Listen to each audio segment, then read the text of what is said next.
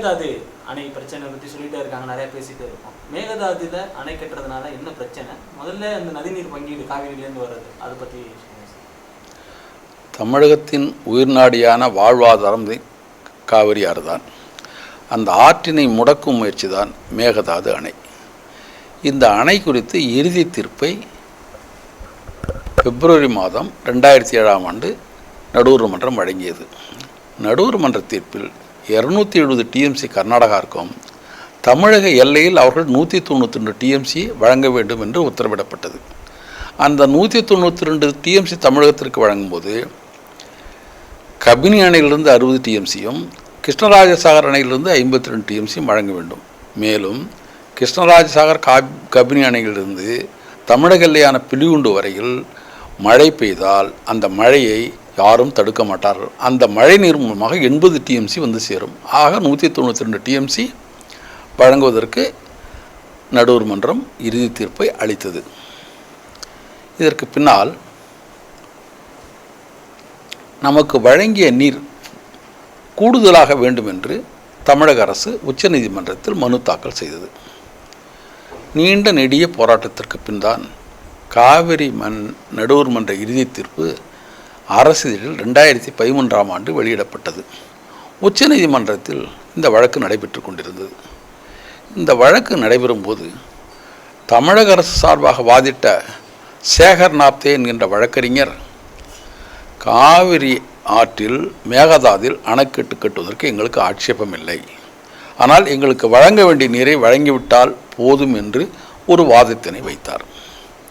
கர்நாடக அரசு தமிழகத்தில் நிலத்தடி நீர் அதிகமாக உள்ள காரணத்தால் அவர்களுக்கு வழங்குகின்ற நீரை குறைத்து கொண்டு எங்களுடைய பெங்களூரு மாநகருக்கு குடிநீருக்கு கூடுதல் நீர் வேண்டும் என்று கோரினார்கள். அவர்கள் கேட்டதன் அடிப்படையில் உச்சநீதிமன்றம் 10 டிஎம்சியை நிலத்தடி நீர் இருப்பதால் குறைத்து கொண்டு பெங்களூருக்கு 4 டிஎம்சி தண்ணீரையும் வழங்கியது. தமிழக அரசு சார்பாக வாதிட்ட வழக்கறிஞர்களோ பொறியாளர்களோ கர்நாடகாவில் உள்ள நிலத்தடி நீரை பற்றி எந்த கேள்வியும் எழுப்பவில்லை. மேலும் காவிரி ஆற்றிலிருந்து திருச்சி, தஞ்சை, சேலம், ஈரோடு, மேலும் சென்னை ஆகிய மாநகரங்களுக்கு தண்ணீர் எடுப்பதையும் குறிப்பிடவில்லை.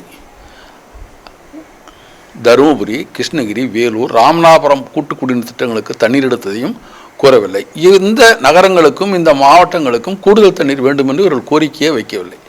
அதனால்தான் நாம் நிலத்தடி நீரால் 10 டிஎம்சியும் குடிநீரில் 4 ஆக 14 டிசியை இழக்க வேண்டிய ஒரு நிலை உருவானது. உயர்நீதிமன்றமும் நடுவர் மன்ற இறுதி தீர்ப்பிலும் கிருஷ்ணராஜசாகரில் 52 டிஎம்சியும் கபினில் 60 டிஎம்சியும் அந்த அணைகள் நிரம்பிய பின்தான் அவர்கள் வழங்குகிறார்கள். அதற்கு கீழே உள்ள பகுதியிலெல்லாம் பெய்கின்ற மழை நீர் நேராக நமக்கு வருகிறது 80 டிஎம்சி. இதனை தடுத்து அணை கட்டினால் தமிழகத்திற்கு வருகின்ற நீர் தடைபட்டு போகும், தமிழகம் பாலைவனமாகும். இப்போ பெங்களூரு நகரத்துக்கு குடிநீர் தேவை அப்படின்றது அவங்களோட வாதமா இருக்கு. ஆமாம், பெங்களூர் வந்து பெருசாகிட்டே இருக்கு. ஆமாம் ஆமாம், அது அவங்களோட பாயிண்ட் ஆஃப் வியூல அது சரியா இருக்கிறப்ப நமக்கு அது எந்த மாதிரியான விளைவுகளை ஏற்படுத்துது? நம்முடைய வழக்கறிஞர்களோ நம்முடைய பொறியாளர்களோ நமக்கும் கூடுதல் தேவைகள் என்பது வலியுறுத்தவில்லை. காரணம், காவிரியிலிருந்து தான் சென்னை, சேலம், ஈரோடு, தஞ்சை, திருச்சி போன்ற மாநகரங்கள் தண்ணீரை எடுத்துக்கொண்டிருக்கின்றன. இதுவன்றி தருமபுரி, கிருஷ்ணகிரி, வேலூர், ராமநாதபுரம் மாவட்ட கூட்டு குடிநீர் திட்டங்களுக்கும் அந்த தண்ணீர் தான் எடுத்துக்கொண்டிருக்கிறோம். நமக்கு கூடுதல் தேவை, இந்த தண்ணீர் நமக்கு கூடுதல் தேவை என்று நாம் கேட்கவே இல்லை. இது மிக பெரும் தவறாகும். இப்போ நமக்கு இப்போ பேசுகிறோமே விவசாயம் மட்டும்தான் நம்ம பேசுகிறோம் சார்.